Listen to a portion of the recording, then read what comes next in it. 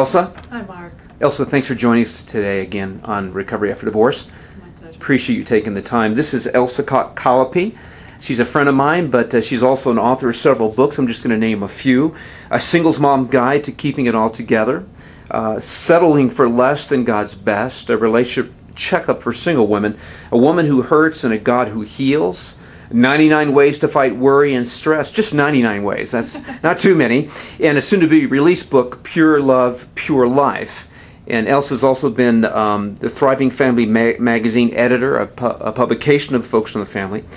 She's written for Women's World, Family, Christian Single, and many other publications, retreat speaker, and a former single parent director here at Woodman Valley Chapel in Colorado Springs, part of the singles ministry here at Woodman.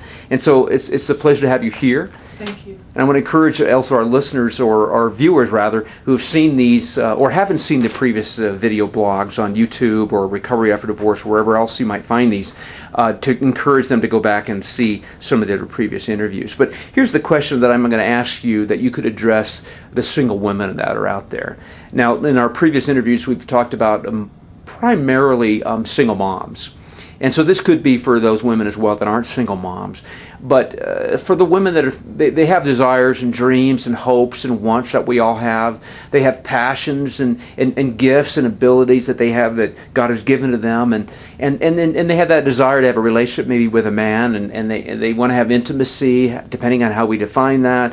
They want to have romance. But how does that all work and fit together in a balance with a lady who has those wants and dreams and desires? But then there's other questions too about my personal significance as a lady, what my purpose in life is, and what can I be doing with my life that's going to benefit myself and other people. So how would you encourage a single lady today who's trying to find that balance? Yeah. Oh, I totally, completely get that. Honestly, I felt a little bit duped by Disney, growing up. Absolutely. It was like my knight in shining armor was going to come and rescue me. And so literally from second grade on, that was my hunt for my knight in shining armor. And over and over and over again, I was let down or disappointed, or I made poor choices, or I sacrificed so much to know the realization of that dream. And that was really my single-minded focus. I mean, I might have told you I wanted to be about other things, but the truth was that was first in my heart. And when that's first in your heart, that's a dangerous place to be. You don't even look beyond it to see what might be inside of you. And there is so much inside of you. You were created for a purpose, and there is a role specific to you that God wants you to fulfill. And so one of the things that is first is to let God be first, and which is much easier said than done. Mm-hmm. But let your relationship really grow and build, and ask Him for help regarding the other things and draws that pull you away from Him. And then what might be an interesting process is to sit down with a piece of paper. Write down some of your childhood dreams. What did you want to be when you wanted to grow up? I mean, what was on your heart then? And what stirs your heart now? When you see something on the news or you hear about a problem someone's having, what stirs your heart? And make another list. What are you good at? Are you a good speaker? Do you write well? Are you good behind the scenes, where you're just the kind of person who steps in and can take care of business? Write down your strengths in that regard. Mm-hmm. And go to trusted friends and say, what do you see in me? What strengths do you see in me? What gifts do you see in me? Write down their answers. And then ask God. Say, okay, Lord, I don't know what this looks like, but will you help me figure out my passions and what I was wired for and my purpose?